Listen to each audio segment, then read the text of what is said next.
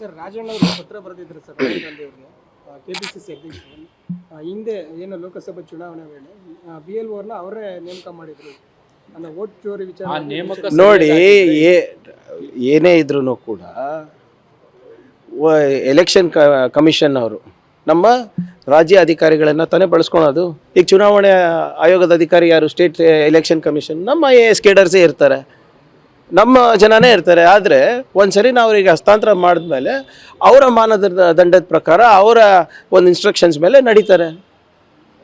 ನಮ್ಮ ಮಾನವ ಸಂಪನ್ಮೂಲ ಅಷ್ಟೇ ನಮ್ಮದು. ಡೈರೆಕ್ಷನ್ಸ್ ಯಾರ್ದು? ಅದಕ್ಕೆ ಏನು ವರ್ಕಿಂಗ್ ವೈರ್ ಫ್ರೇಮ್ ಹಾಕೋದು ಯಾರು? ಅವರೇ ಅಲ್ವಾ? ಕೇಂದ್ರ ಸರ್ಕಾರದವರೇ ಅಲ್ವಾ? ಈಗ SIR ಅಂತ ಏನು ಒಂದು ರಿವಿಷನ್ ಮಾಡೋಕ್ಕೆ ಹೋದ್ರು, ಅದು ಎಲೆಕ್ಷನ್ ಕಮಿಷನ್ ಅವರು ಆದೇಶನೇ ನೀಡಿಲ್ಲ ಅಂತ ಮೊನ್ನೆ ಲೋಕಸಭಾದಲ್ಲೇ ಉತ್ತರ ಕೊಟ್ಟಿದ್ದಾರೆ. ಮತ್ತು ಆದೇಶ ಯಾರು ನೀಡಿದ್ದು SIRಗೆ? EC ಅವ್ರು ಹೇಳ್ತಾ ಇದ್ದಾರೆ ನಾವು ಕೊಟ್ಟಿಲ್ಲ ಅಂತ. ಮತ್ತು ಯಾರು ಕೊಟ್ಟರು? ಹೋಮ್ ಮಿನಿಸ್ಟ್ರಿ ಕೊಟ್ರಾ? ಅಥವಾ ಪ್ರಧಾನಮಂತ್ರಿಯಿಂದ ನೇರವಾಗಿ ಬಂತ SIR ಆಗಬೇಕು ಅಂದ್ಬಿಟ್ಟು? ಲೋಕಸಭಾದಲ್ಲಿ ಉತ್ತರ ಕೊಟ್ಟಿದ್ದಾರೆ ಮೊನ್ನೆ. ಇದಕ್ಕೇನಂತಾರೆ ಸರ್? ಈಗ ಕಾಂಗ್ರೆಸ್ನಲ್ಲಿ ನವೆಂಬರ್ ಕ್ರಾಂತಿ ಅಂತ ಆಯ್ತು, ಈಗ ನವೆಂಬರ್ ಮುಗಿತಾ ಬರ್ತಾ ಇದೆ. ಜನವರಿ ಆಯ್ತು, ಫೆಬ್ರವರಿ ಆಯ್ತು, ಆಗಸ್ಟ್ ಆಯ್ತು, 2.5 ವರ್ಷದಿಂದ ಕ್ರಾಂತಿ ಅಂತಾನೆ ಅಂತ ಇದಾರಲ್ಲ ಇವರೇ. ನೋಡಿ, whatever has to be taken, high command will intervene at the right time, ಅಷ್ಟೇ, ಸಿಂಪಲ್.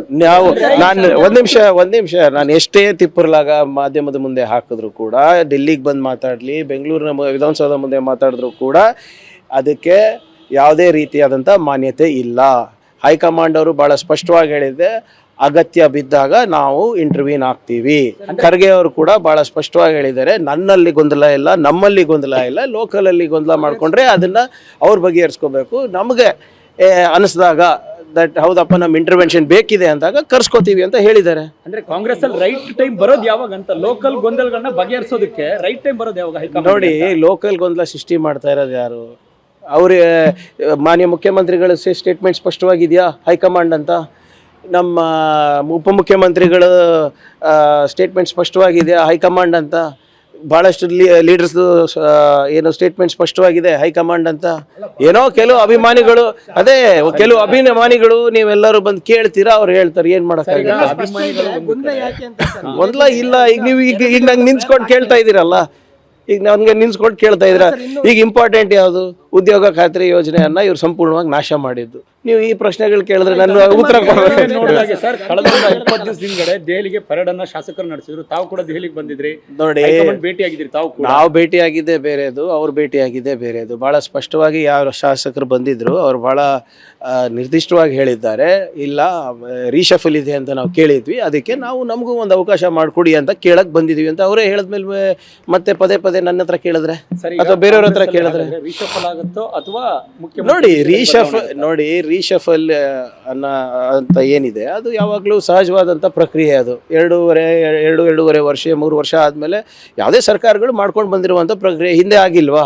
ಎಲ್ಲ ಸರ್ಕಾರದಲ್ಲೂ ಆಗಿವೆ, BJPನಲ್ಲೂ ಆಗಿದೆ, ಕಾಂಗ್ರೆಸ್ನಲ್ಲೂ ಆಗಿದೆ. ಅದು ಮಾಡಬೇಕು ಅಂತ ಮಾನ್ಯ ಮುಖ್ಯಮಂತ್ರಿಗಳು ಕೂಡ ಸ್ಪಷ್ಟವಾಗಿ ಹೇಳಿದ್ದಾರೆ, ಮುಂದಿನ ದಿನಗಳಲ್ಲಿ ಆಗ್ಬೋದು ಅಂತ.